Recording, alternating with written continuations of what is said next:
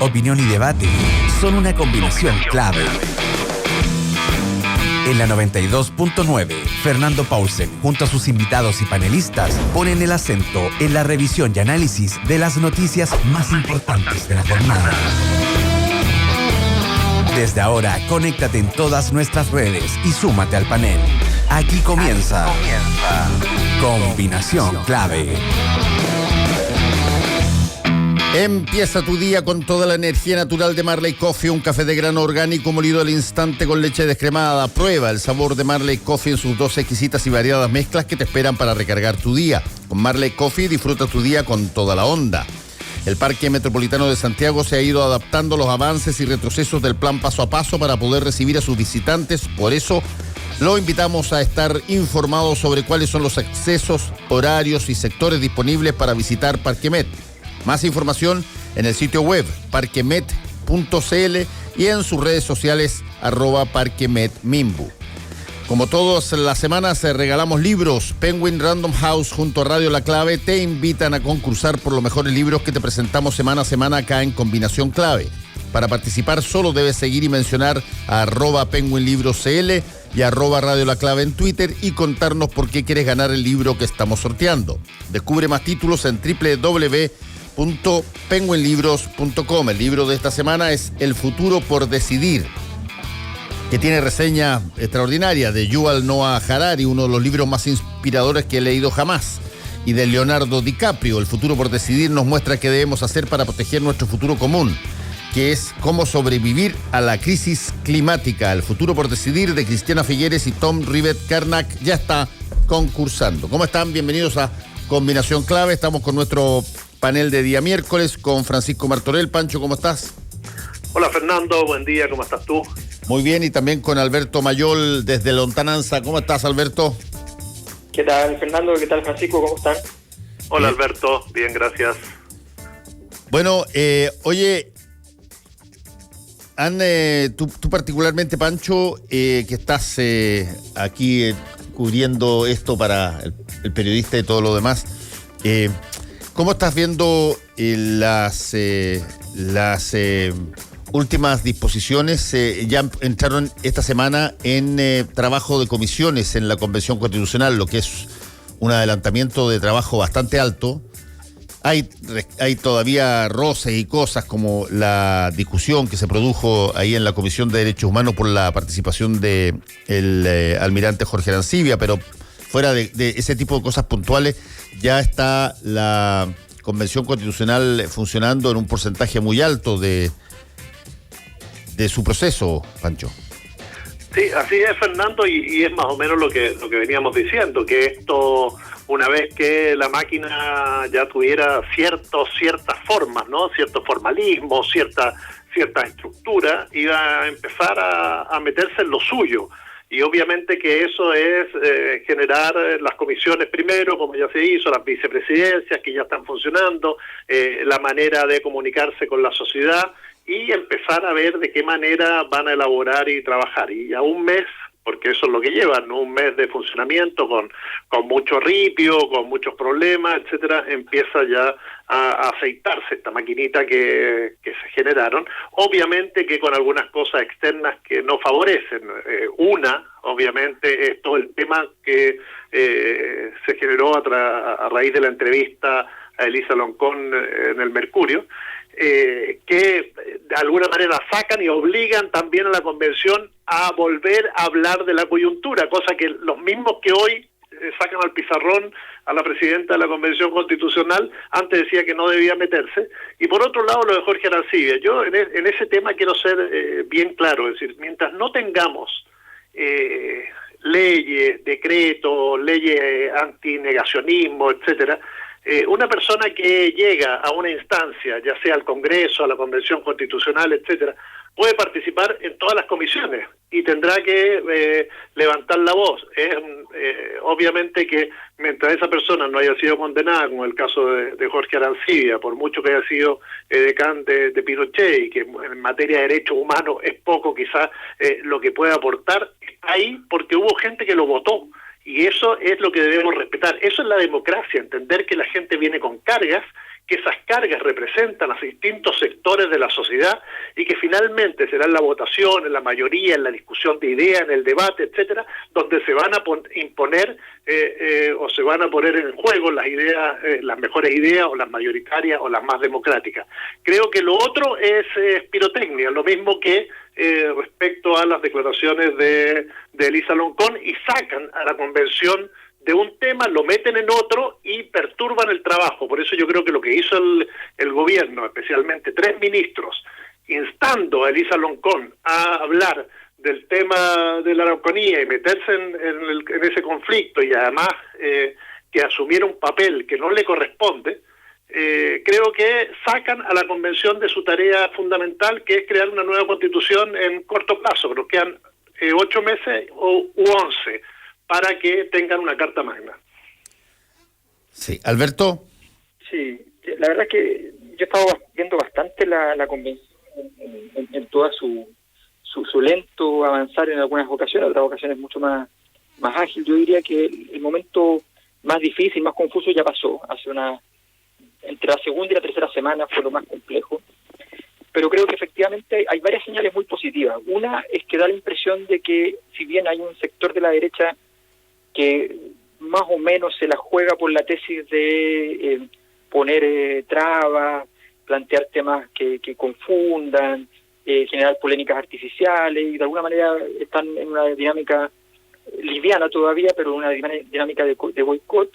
La verdad es que eso ya claramente no penetró al resto de la derecha. O sea, está lleno de convencionales de derecha que se nota que tienen ganas que esto avance, que fructifique, y que tienen claro que su rol histórico es lograr sacar una constitución. Creo que eso es súper importante y es muy valioso desde el punto de vista de la operación. En segundo lugar, creo que crecientemente se ha mejorado la institucionalidad. Ayer ya se resolvió el tema, la forma de operación administrativa presupuestaria, que son cosas que parecen irrelevantes, pero que efectivamente son fundamentales, y elimina un problema en el funcionamiento. Yo creo sí que, y en eso estoy con Pancho, no solo por el fondo que él señala, sino también por una razón política, una razón más pragmática. Creo que fue un error el planteamiento que se hizo respecto a Jorge Arancibia, sobre todo el planteamiento de Giovanna Roa, que plantea la tesis de que el pleno de la convención debiera ver el caso y tomar alguna decisión, o sea, básicamente posiblemente remover de la comisión a Jorge Arancibia. Como eso evidentemente no está en ningún reglamento, como además no hay ninguna sanción previa para la señora Arancibia por ningún delito relativo al apoyo de determinadas ideas o una conducta a favor de las violaciones de derechos humanos, en fin, como no hay ningún antecedente y al mismo tiempo no hay un reglamento que avale ese tipo de conducta, lo único que conduce a eso es una discusión estéril, que es posible incluso que se tome toda una semana, que distraiga enormemente las tareas de la convención, que tiene un tiempo limitado, y que de alguna manera termine en nada. Pero además hay una razón de fondo, o sea, de fondo político. Si Jorge Arancibia está dentro de la Comisión de Derechos Humanos y se vota a favor, por ejemplo, un artículo en la Constitución que establece que es obligación de las Fuerzas Armadas y un artículo transitorio que se extingue cuando ocurre el hecho, que las Fuerzas Armadas y Orden están obligadas a entregar todos los antecedentes con los que cuenten respecto a las situaciones de violación a los derechos humanos en dictadura. Si Jorge Arancibia está dentro, vote a favor o en contra, es bueno para la decisión. Es muy bueno porque la valida completamente, porque no hay nadie que quedó excluido de la toma de decisión. Y así hay muchas decisiones que la mera presencia de él, en vez de ser un obstáculo, lo único que va a generar es mayor legitimidad del proceso. Incluso gente que participó en ese mundo, por ejemplo, la terminó aprobando, o incluso gente que participó en ese mundo, rechazándola, perdió, pero jugó el juego. Creo que de eso se trata, y es un error enorme meter esa contingencia dentro, producir una dificultad de funcionamiento y dar un argumento que siempre es desagradable de que se le está vulnerando un derecho a participar en cierta instancia. Sí, bueno, ahí eso es como lo dije básicamente en la formulación del tema, hay un lote de todavía fricciones que son propias de la instalación de algo que no tenía básicamente normas y que se tuvieron que construir todas aquellas. Y yo me imagino que ya en régimen, que no debiera pasar de 1 o 2 semanas, la Convención Constitucional probablemente, que además se va a poder ver lo que están discutiendo, va a empezar a entrar directamente en los temas, y ahí va a ser interesante, ya cuando se estén conversando los temas de fondo, cuáles son las posiciones que toman los distintos grupos ahí. Porque si es que hay interés de un grupo de boicotear un poco la convención, se va a notar bastante, porque básicamente son grupos que alteran la normalidad de esa discusión con situaciones menores o con problemas de imputaciones personales. Pero me da a mí la sensación de que ha habido bastante más aceptación a discutir el fondo de la Convención Constitucional y hacer un acto que eventualmente genere un momento simbólico de rechazo, qué sé yo, de pronto que 30 de los constituyentes de la derecha, por ejemplo, abandonen la convención. Sería básicamente una suerte de suicidio político. Yo creo, Fernando, que en ese mismo sentido lo que se va a ir dando es más escaramuzas por fuera, sí, con convencionales hablando en los medios y participando de la coyuntura, que internamente. Creo que internamente vamos a tener menos gestos que eso, salvo que vivamos elementos de la coyuntura que golpeen o se metan de lleno en la discusión de la sociedad y obliguen a la convención a tomar ese tipo de decisiones, o algunos de los grupos que están ahí adentro. Pero va a haber más ruido afuera que dentro porque por esa cosa que venimos hablando, ¿no? Esta cuestión de una institución que tiene que cumplir un rol histórico, donde cada uno tiene que representar a su votante, pero además con una tarea concreta a sacar y en poco tiempo.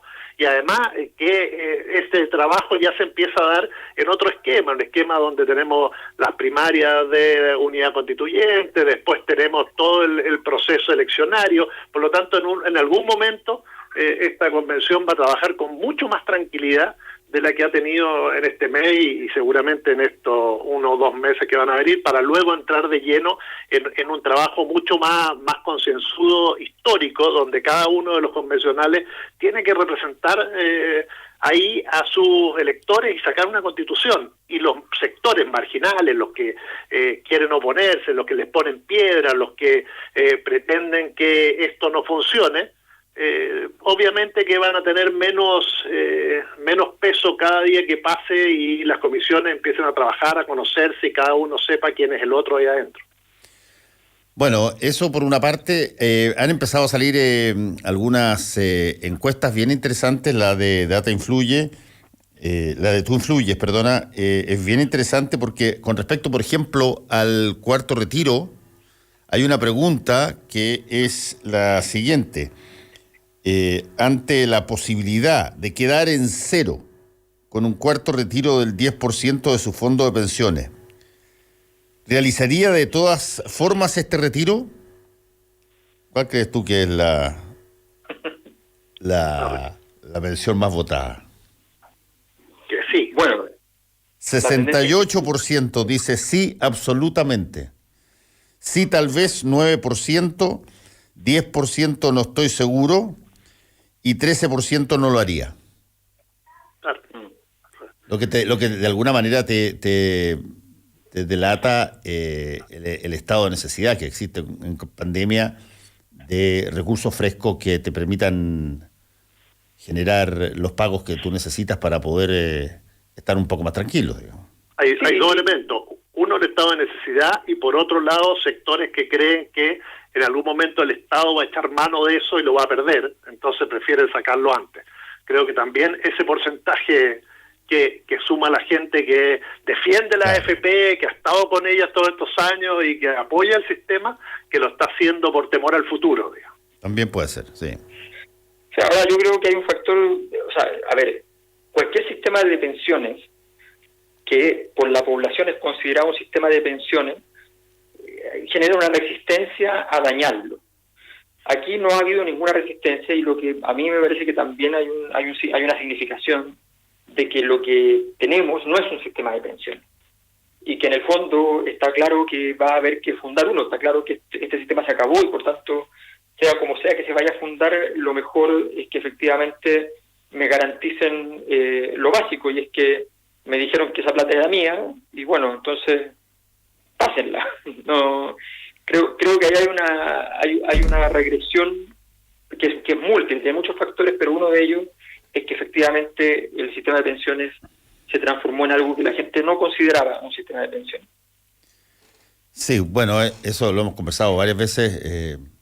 En términos estrictos, no nacieron las AFP como un sistema de pensiones, nacieron como una forma de invertir o capitalizar en empresas que no podían recibir inversión extranjera durante la dictadura, y por lo tanto se sacó básicamente del sueldo de las personas que trabajaban. Y con el andar, bueno, ya empezó a llegar la época de empezar a pagar las pensiones, y ahí surgió la discusión sobre si es que esto era estrictamente un sistema de pensiones, por el monto, por las grandes dificultades que habían, o era simplemente una forma de poder inyectarle recursos a empresas y capitalizarlas de una manera distinta a la clásica nomás. Sí. Yo creo que vale mucho la pena entrar a una excelente página web, porque están todos los antecedentes, que es la página web de José de Piñera Echenique, y en ella están las actas completas de la comisión que creó las AFP, y en esas actas están las actas donde él se reunía con la Junta de Gobierno, y donde Pinochet fue muy crítico en todas las sesiones donde participó del sistema, arguyendo cosas como: al final de este camino van a haber 6 o 7 grupos económicos que van a controlar Chile, arguyendo una serie diciendo que esto es un experimento que no tiene precedente en el mundo y que es un experimento demasiado peligroso, y una serie de otras cosas, a las cuales astutamente José Piñera le dice: mire, yo lo único que sé es que yo de mundo militar no entiendo nada, y por tanto yo he excluido al mundo militar de cualquiera de estas medidas. Ustedes verán cómo hacen lo suyo. Y ese fue un argumento muy muy bueno. Sí. Esa fue la moneda de cambio para que dijera así. Sí, me acuerdo de todas esas cosas. Además, cuando se conocieron esas actas, ya no había vuelta atrás, digamos. Exacto. Porque esto no fue un proceso de equivalente, por ejemplo, a lo que estamos viendo hoy día de la Convención Constitucional, donde tú estás viendo directamente la discusión y estás viendo los puntos de vista y lo ves por la tele y al día siguiente los medios de comunicación te dicen exactamente lo que se trató, lo que cada cual dijo. No, esto era una cosa que pasaba en cuatro paredes, y por lo tanto te demoraste 30 y tantos años en poder saberlo, digamos. Exacto. Claro. Y además la imposición que se hizo posteriormente para que todo el mundo se cambiara, incluso teniendo la posibilidad de haberse quedado en cajas anteriores, lo hizo impelido por medios de comunicación, presiones empresariales, etcétera. Así es que el sistema ya sabemos que de legitimidad tiene poco. Sí, bueno, oye, quiero tocar un tema, Francisco y Alberto, que lo hemos hablado otras veces, pero me parece a mí que cuando empiezan a haber señales cada vez más crecientes de que todo el fenómeno de calentamiento global o de cambio climático está aparentemente acelerándose, o por lo menos te muestra situaciones paradójicas en distintas partes del mundo, hay que contemplar la variable de lo que se debe hacer al respecto dentro de no solamente los presupuestos de cada país, sino que, entre otras cosas, dentro de los derechos constitucionales de cada país. Y creo que desde ese punto de vista, hoy día hay una situación que ha recrudecido este tema porque, bueno, están pasando cosas muy extrañas en distintas partes del mundo. No sé cómo se te da a ti eh, el verano europeo, Alberto. Bueno, aquí evidentemente lo que pasó en Alemania fue sorprendente. Que en Alemania mueran por una catástrofe natural más de 90 personas, con la calidad de infraestructura que en general se tiene, es realmente sorprendente y habla del volumen de las lluvias que hubo. Y en el resto de Europa han habido lluvias intempestivas bastante parecidas a un monzón tropical durante todos estos años.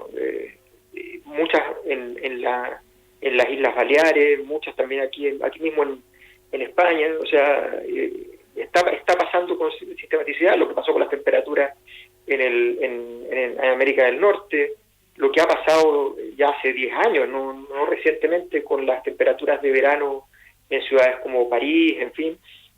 Bueno, de verdad el fenómeno está en un proceso de aceleración, y yo tengo la impresión de que las medidas globales que estaban encaminadas a detenerlo ya no tienen el ritmo ni la capacidad de llegar a puerto. O sea, efectivamente vamos a estar con los peores escenarios posiblemente en los próximos 30, 40 años. Lo que estaba previsto como un mal escenario va a ser probablemente un estándar, una realidad, con lo que significa en términos de desertificación por un lado e inundaciones por el otro. Va a ser bien complejo.